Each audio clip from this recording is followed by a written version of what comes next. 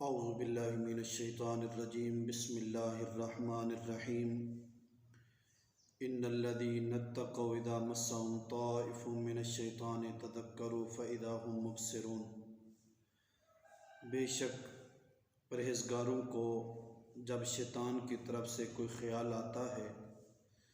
تو وہ حکم خدا یاد کرتے ہیں، پھر اسی وقت ان کی آنکھیں کھل جاتی ہیں۔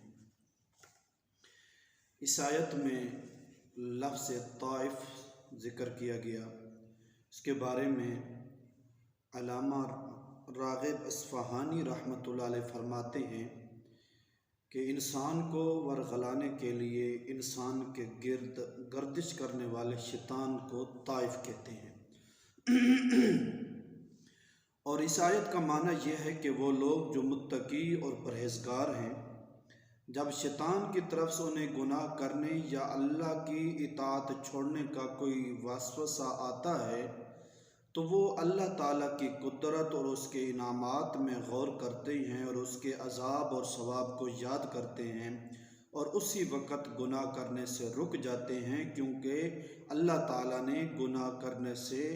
رکنے کا حکم دیا اور گناہ کرنے سے منع کیا ہے۔ اس سے معلوم ہوا کہ جب شیطان دل میں گناہ کرنے کا وسوسہ ڈالے تو اس وقت اللہ تعالیٰ کی قدرت اور اس کے انعامات میں غور کرنا اور اللہ تعالیٰ کی سزا اور اس کے ثواب کو یاد کرنا اس وسوسے کو دور کرنے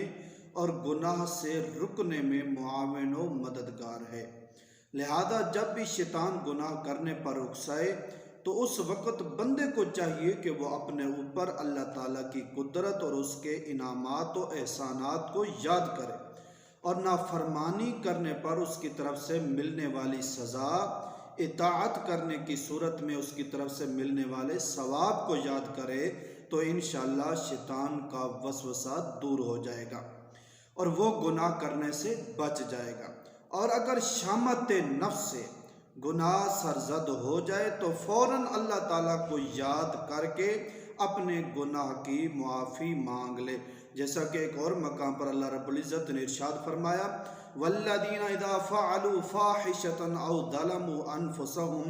ذَكَرُوا اللَّهَ فَاسْتَغْفَرُوا لِذُنُوبِهِمْ وَمَنْ يَغْفِرُ الذُّنُوبَ إِلَّا اللَّهُ وَلَمْ يُصِرُّوا عَلَى مَا فَعَلُوا وَهُمْ يَعْلَمُونَ۔ اور وہ لوگ کہ جب کسی بے حیائی کا ارتکاب کر لیں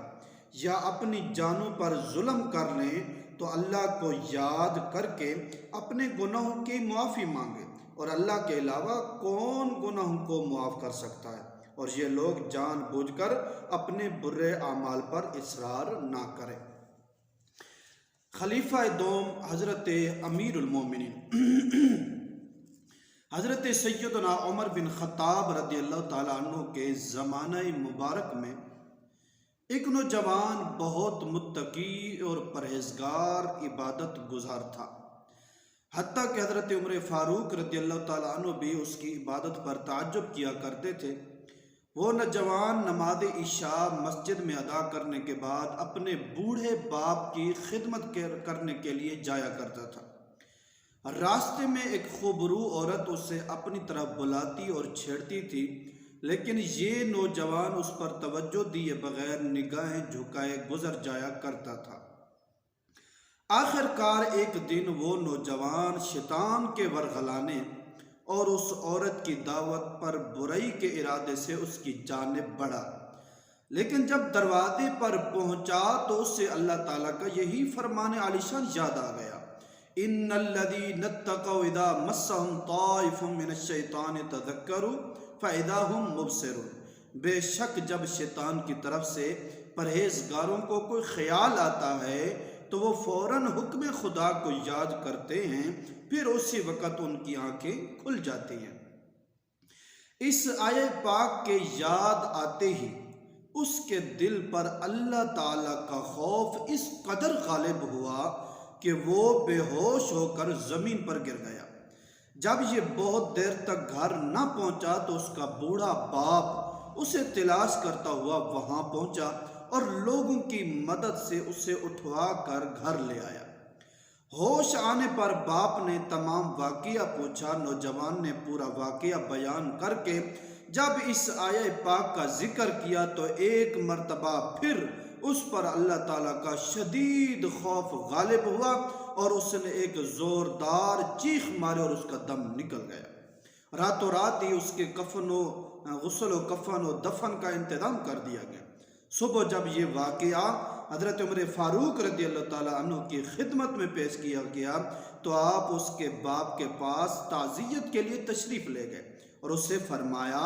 کہ آپ نے ہمیں اطلاع کیوں نہیں دی تاکہ ہم بھی جنازے میں شریک ہو جاتے۔ اس نے عرض کیا امیر المومنین اس کا انتقال رات میں ہوا تھا اور آپ کے آرام کا خیال کرتے ہوئے بتانا مناسب معلوم نہ ہوا۔ آپ نے فرمایا کہ مجھے اس کی قبر پر لے چلو۔ وہاں پہنچ کر آپ نے یہ آیہ مبارکہ پڑھی وَلِمَنْ خَافَ مَقَامَ رَبِّهِ جَنَّتَانِ، اور جو اپنے رب کے حضور کھڑے ہونے سے ڈرے اس کے لیے 2 جنتیں ہیں۔ ابن عساکر میں یہ روایت موجود ہے۔ تو قبر میں سے اس نوجوان نے جواب دیتے ہوئے کہا یا امیر المومنین، بے شک میرے رب نے مجھے 2 جنتیں عطا فرمائی۔ تو میرے پیارے بھائیوں، تو خوف خدا بھی اس طرح کا ہونا چاہیے کہ آج ہم کہتے ہیں کہ جی ہمارے دل میں بڑا خوف خدا ہے، ٹھیک ہے، ہم پڑوسیوں کو تکلیف دیتے ہیں، کوئی مال و دولت والا ہے تو چھوٹے جو قوموں کے لوگ ہیں ان کو جو ہے تکلیف دیتا ہے اور ان کو چھوٹا سمجھتا ہے،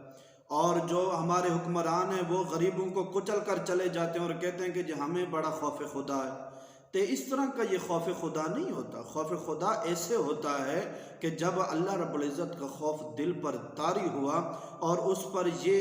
آیہ کریمہ جب اس کو یاد آئی کہ جب پرہیزگاروں اور متقیوں کو خدا کی یاد آتی ہے تو پھر ان پر اللہ رب العزت کا خوف طاری ہو جاتا ہے اور وہ خوف ایسے طاری ہوتا ہے۔ تو اس لیے ہمیں اللہ رب العزت کا خوف دل میں بٹھانا چاہیے۔ اگر اللہ رب العزت خوف دل میں نہیں ہے تو یاد رکھنا پھر یہ ہماری عبادتیں، یہ ہماری جو ہے قرآن مجید کی تلاوتیں اور یہ ہمارا ذکر اذکار کس کام کا جب ہمارے دل میں رب کا خوف ہی نہیں ہے۔ تو رب کا خوف جو ہے دل میں ہونا بہت ضروری ہے، تب ہی کام چلے گا، اور حضور اکرم صلی اللہ علیہ وسلم کی محبت جب دل میں ہوگی تب ہی ہماری یہ عبادتیں، ہمارے یہ ذکر اذکار ہمارے کام آئیں گے۔ تو اس لیے ہمیں کوشش کرنی چاہیے کہ رب کا خوف اپنے دلوں میں بٹھانا چاہیے۔ اللہ رب العزت سے دعا ہے اللہ رب العزت ہمیں عمل کرنے کی توفیق عطا فرمائے۔ وآخر دعوانا ان الحمد للہ رب العالمین۔